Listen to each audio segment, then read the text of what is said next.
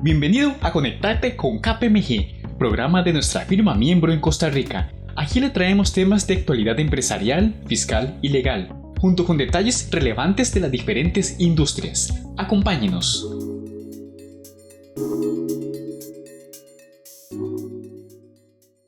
Hola, gracias por acompañarnos en este programa producido por KPMG en Costa Rica. En este episodio hablaremos de los procesos de fusiones y adquisiciones, pero antes búsquenos en redes sociales como KPMG en Costa Rica.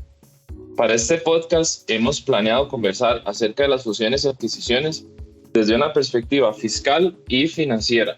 Para esto me acompañan Cristina Sansonetti, socia de impuestos de la firma, y don José Mariano Bermúdez, socio de asesoría financiera de KPMG. Hola José, gracias por invitarnos. Muchas gracias José también por invitar. Cuando se dan fusiones y adquisiciones, esto normalmente obedece a motivos financieros, ya que las empresas tienen recursos que pueden invertir o necesidades de mercado que las obligan a crecer de forma inorgánica. Don José, ¿podríamos ahondar un poco en esos motivos?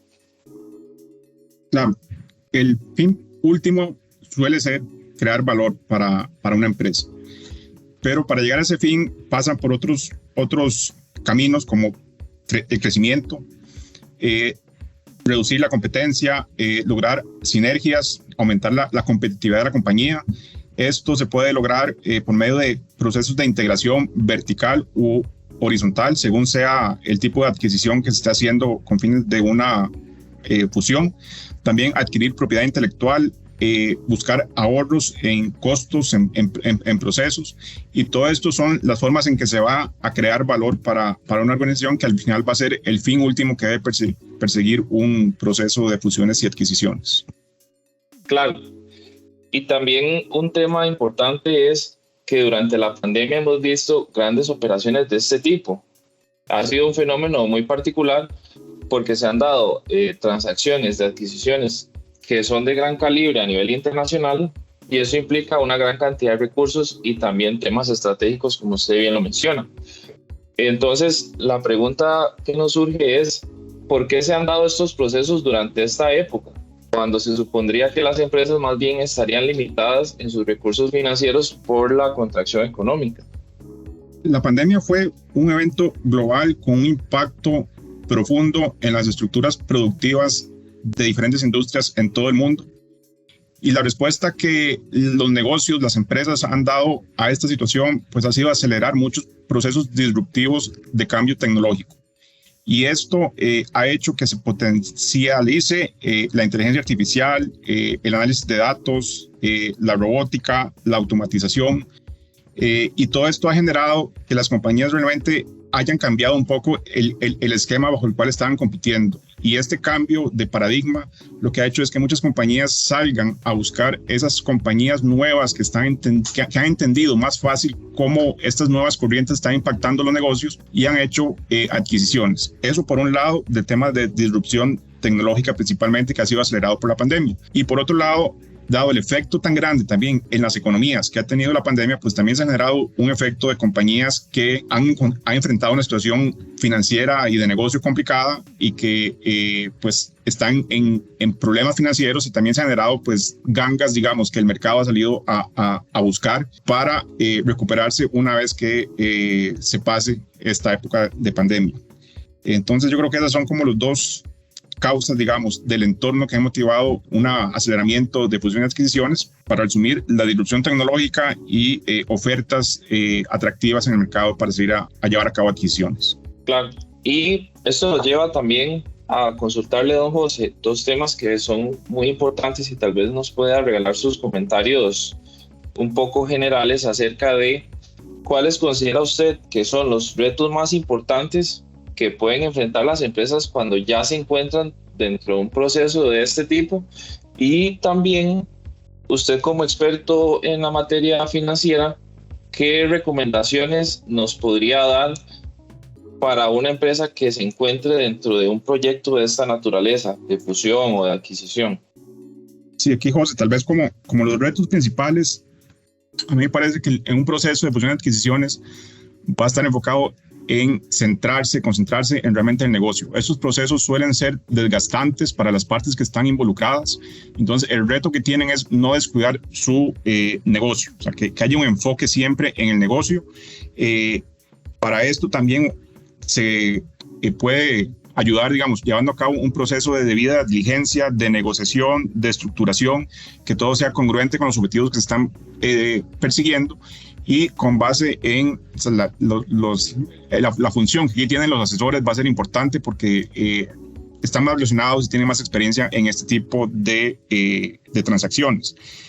Y el tercer reto lo veo aquí en la parte de la integración, o sea, ya post transacción, una vez que se lleva a cabo la adquisición, pues viene una fase donde debe integrarse el negocio adquirido. Hay una fase donde tiene que haber un delivery de lo que se había estimado que iba a ocurrir, y eso también es algo que suele afectar mucho a las compañías, en el sentido de que no es solamente que con la transacción, con la adquisición y la fusión ya termina, sino que realmente ese es el inicio.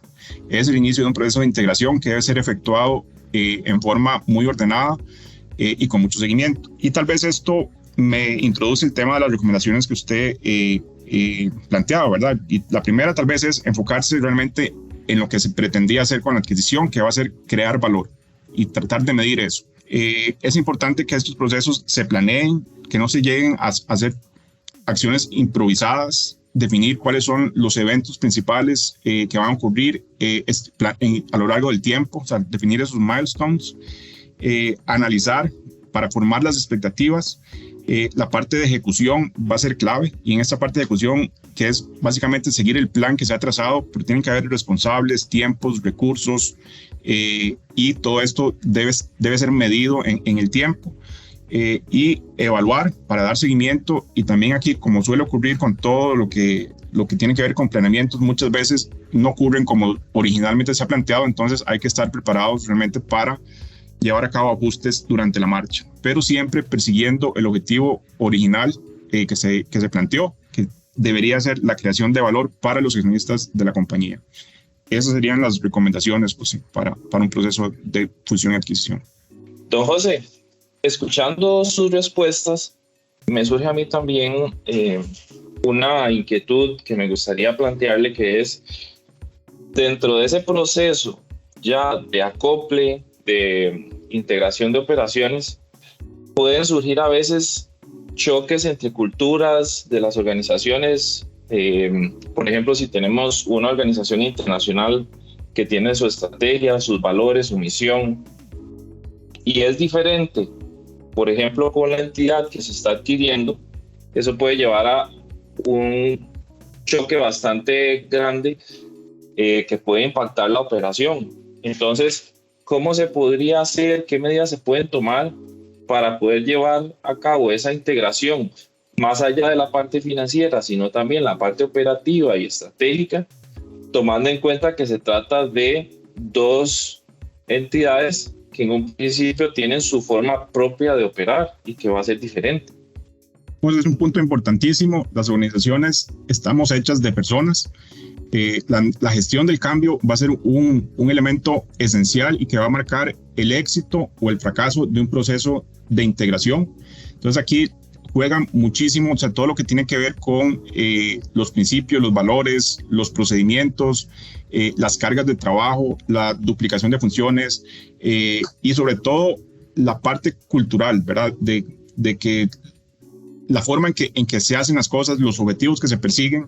Y para todo esto tenemos una práctica nosotros que se llama People and Change, y que se encarga un poco de administrar y asistir a las empresas en todo este proceso de gestión de cambio, que va a ser un elemento esencial para lograr los objetivos que se han planteado, porque al final nuestras empresas están conformadas por personas esencialmente. Nuevamente, don José, muchas gracias por sus comentarios. Mucho gusto, José. Muchas gracias por seguir con nosotros. Ahora vamos a introducir este segundo bloque, en el cual vamos a revisar y conversar con relación a los aspectos de índole fiscal que pueden tener incidencia en un proceso de fusión o adquisición. Entonces, para esto vamos a conversar también con Cristina, dándole este enfoque tributario. Entonces, tomando en cuenta esto, un punto importante en relación con la gestión de los impuestos es que a menudo es uno de los temas problemáticos más comunes en estos procesos de fusiones y adquisiciones, tomando en cuenta que muchas veces van a ser cross-border, es decir, que van a involucrar más de una jurisdicción. Entonces, eso puede tener incidencia en el costo fiscal de la transacción e inclusive afectar la generación de valor, como decía don José, si no se administra correctamente el costo fiscal. Entonces, Cristina, una primera pregunta sería, ¿cuáles son los efectos fiscales que deben tomarse en cuenta a la hora de considerar un proyecto de fusión o de una adquisición? Es un tema bien interesante porque involucra varios temas. En primer lugar, los impuestos que apliquen hacia el vendedor al comprador pueden ser diferentes en función de la forma en que se estructure la compra o la fusión. También va a variar los impuestos en función de si es una adquisición a varios niveles hacia arriba de la entidad costarricense o si es una fusión o una adquisición que se va a dar al nivel inmediato de la tenencia de acciones de la sociedad costarricense. ¿Y por qué? Recordemos que la Ley de Fortalecimiento de las Finanzas Públicas, emitida en el 2018, que entró a regir en el 2019, incorpora un capítulo, el capítulo 11 de ganancias de capital. Entonces, como norma general, las ganancias de capital en Costa Rica van a estar grabadas a un 15%. Recordemos también que Costa Rica sigue un sistema de territorialidad donde se supone que únicamente están grabados con este impuesto bienes de fuente costarricense. Entonces, si tenemos, por ejemplo, una sociedad costarricense que va a ser transmitida, que va a ser adquirida, o esa sociedad costarricense va a vender su establecimiento mercantil a otro grupo, pues hay varios impuestos que habría que analizar de una manera, obviamente, muy high level y muy macro. En primer lugar, habría que determinar ese impuesto de ganancias de capital, si va a tributar en la tarifa reducida al 15% o si es un impuesto que le va a aplicar el impuesto de las utilidades porque esa ganancia de capital se entienda íntegra. Esto es importante porque la venta de acciones siempre va a tributar el 15% y podría tributar un 2.25%. Recuerden que la norma también estableció una posibilidad para activos que se tuvieran antes del 1 de julio. Sin embargo, si lo que estoy vendiendo es el establecimiento mercantil, los activos, el negocio, el know-how de la entidad costarricense va a ser adquirida por otro grupo, pues eso podría generar un impuesto del 30%. Otro tema importante que se genera es en relación al IVA, ¿verdad? El impuesto al valor agregado. En principio, la venta de acciones, o más bien, en definitiva, la venta de acciones no está sujeta a este impuesto. Sin embargo, la venta de bienes y derechos y servicios sí podría estar o sí está afecto a este impuesto. La norma establece un capítulo de neutralidad fiscal, de no sujeción, donde cuando se transmite la totalidad del negocio, para no encarecerlo, se establece que ese traspaso pues, podría estar en un supuesto de no sujeción. Entonces habría que entrar a revisar qué estoy adquiriendo. ¿Estoy adquiriendo una línea de negocio? ¿Estoy adquiriendo todo el establecimiento mercantil? ¿O estoy adquiriendo las acciones de una entidad? Si estoy adquiriendo en función de lo que adquiera, cómo lo documente y qué va a hacer con ese negocio, sus activos, el nuevo comprador, puede tener un efecto fiscal distinto en temas de IVA. Recordemos que la tarifa de IVA es 13%, entonces habría que hacer un análisis también en ese sentido. Otro tema que a veces se nos olvida, pero que hay que tenerlo siempre en la mesa, es el famoso timbre fiscal, que todo documento privado no inscribible firmado en Costa Rica o que surte efectos en Costa Rica o que haya que presentarlo ante una oficina pública, debería pagar un impuesto del timbre que es 5 colones por cada 1.000.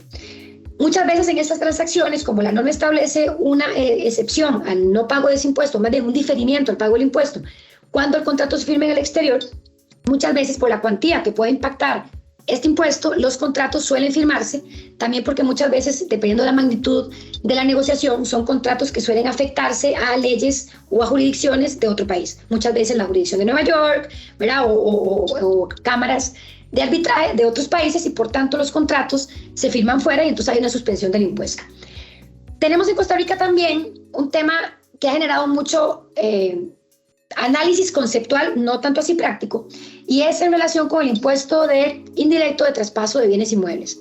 ¿Por qué? Porque en una reforma que se hizo a la ley del traspaso de bienes inmuebles, que es el 1.5% sobre el valor del bien, se estableció de una manera muy amplia, sin regular casos de reorganización, sin regular casos donde los inmuebles no son el bien principal del negocio transmitido, y en principio cualquier transmisión directa o indirecta de un bien inmueble está sujeto a impuestos. En otras jurisdicciones, cuando aplican este tipo de impuestos sobre bienes inmuebles, la normativa establece que el impuesto va a aplicarse únicamente cuando la sociedad o el valor de la sociedad está conformado por más de un 50% en los bienes inmuebles. Costa Rica no tiene esta regulación y ha generado algunos desafíos prácticos de interpretación cuando se nos enfrentan con nuestros clientes negocios donde se está adquiriendo una sociedad que está en otro país, que tiene acciones de sociedades costarricenses, que esas sociedades costarricenses a su vez poseen bienes inmuebles. Entonces genera todo un análisis más conceptual, más académico, porque en la práctica no lo hemos visto realmente fiscalizado. Es difícil que la administración tributaria cuente con capacidad de poder fiscalizarlo. Sin embargo, por la amplitud del artículo 2 de la norma, podría generarse este pago de este impuesto.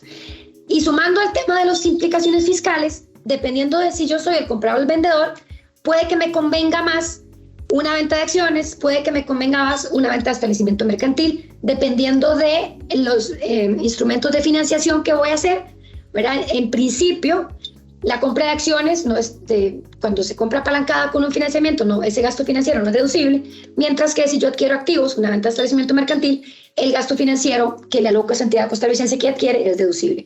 Entonces son muchos temas, José. Hay que analizar cada caso en particular, hay que analizar el modelo de negocio, hay que analizar dónde se da la compra, dónde se da la fusión, en qué nivel de la cadena accionaria se da, para poder revisar adecuadamente cuál es el impacto, porque como comentaba José Mariano anteriormente, ese tema de impuestos puede impactar precio. Puede ser que tenga que pagar más caro, puede hacer que haya un ajuste al precio, porque el vendedor no esté dispuesto a asumir impuestos, digamos, en vez de un 15%, un 30%, y eso al final del camino se puede ver transmitido en el valor de venta de ese negocio, que si para mí es muy importante adquirirlo porque quiero ganar más cuota de mercado, porque quiero el intangible, porque me interesa el know-how, pues va a generar, digamos, un costo mayor para el adquirente. Muchas gracias, Cristina. También aquí, en esta misma línea, un tema importante y que lo mencionábamos es que en este tipo de transacciones va a haber un costo fiscal y sin lugar a dudas ese costo fiscal va a tener un lugar preponderante en el modelo financiero. Entonces aquí, don José, yo le pregunto, ¿qué papel juega el costo fiscal en una adquisición, en una fusión? ¿Qué tan relevante va a ser? ¿Y cuáles son los factores que se van a tomar en cuenta para decidir proceder con una operación de este tipo, a pesar de que va a tener un costo fiscal importante, como lo mencionaba Cristina? El costo es un elemento importantísimo y los impuestos suelen ser una consideración importante. Entonces, todo el tema que mencionaba Cristina de estructuración, de ver qué impuestos aplican para en un país o en otro, especialmente cuando son en diferentes jurisdicciones, pues se torna importantísimo y al final el sentido financiero que puede tener una adquisición puede estar determinado precisamente por cómo se estructura una transacción y qué impuestos están a la par de esta estructuración. Y en este sentido, o sea, la parte del análisis fiscal previo para identificar contingencias también, para identificar qué impuestos va a haber que pagar, eso se torna en algo esencial de un proceso de fusiones y adquisiciones y es una consideración que realmente es importantísima para hacer en cualquier proceso que se haga, porque realmente el sentido que puede tener que puede llegar a tener la transacción puede estar determinado por un tema fiscal principalmente. Y es que en un proceso de esta naturaleza, como bien lo mencionaba don José, en ese proceso de análisis de la operación, tanto por el comprador como el vendedor, se tiene que revisar el impacto fiscal de la transacción antes de tomar una decisión. Entonces, Cristina, aquí retomando el enfoque tributario, le pregunto, ¿qué debe de considerarse dentro de la perspectiva de impuestos de previo a decidir realizar el proceso de fusión o de adquisición? Como menciona José Mariano, en definitiva, el proceso de debida diligencia. Y ese proceso de debida diligencia, el vendedor debería incluso prepararse antes de poner su negocio, digamos, en venta, ¿verdad? Porque cada contingencia que se identifique en esa revisión que va a hacer probablemente el equipo contratado por el comprador, puede impactar precio o puede generar una retención de parte de ese precio por el periodo de prescripción de las contingencias que se hayan identificado. En Costa Rica el periodo de prescripción es 4 años, entonces es importante que cuando uno adquiere un negocio, se adquiere todo. Usted adquiere acciones y se lleva todo el paquete, todas las contingencias que tengan esas sociedades en la historia de las operaciones que hayan tenido.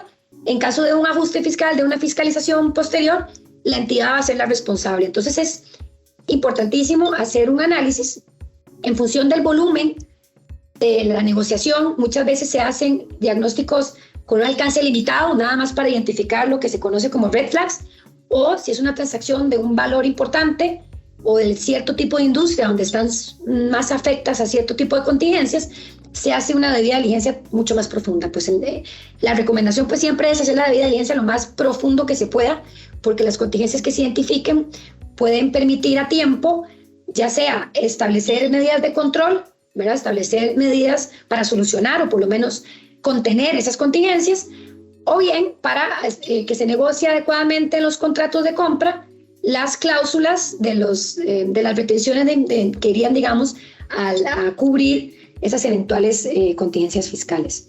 Otro tema importante que habría que hacer en este proceso es el proceso de estructuración.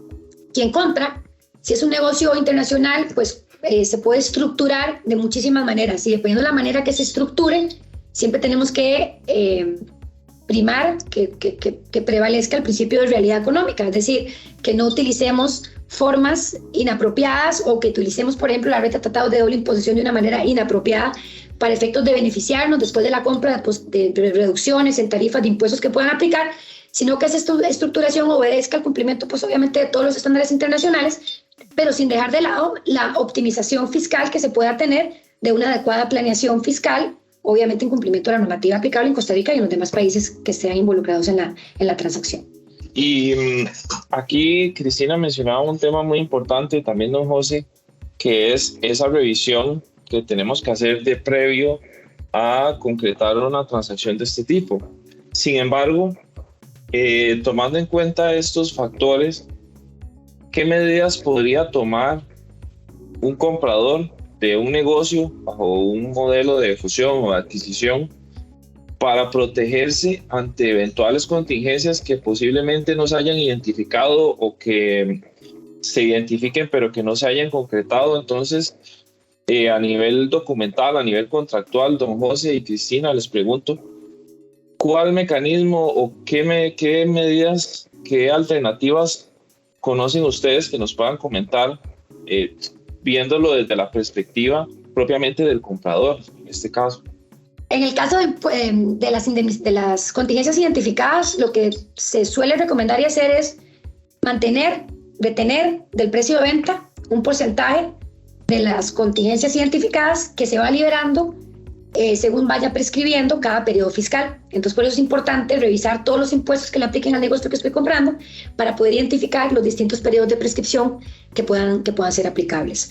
Hay otros supuestos ya más legales, que se pueden hacer un escrow account, o incluso hay seguros que se pueden contratar para efectos de evitar la retención, sino que se paga un seguro y ese seguro es el que podría eventualmente aplicar la indemnización en materia tributaria.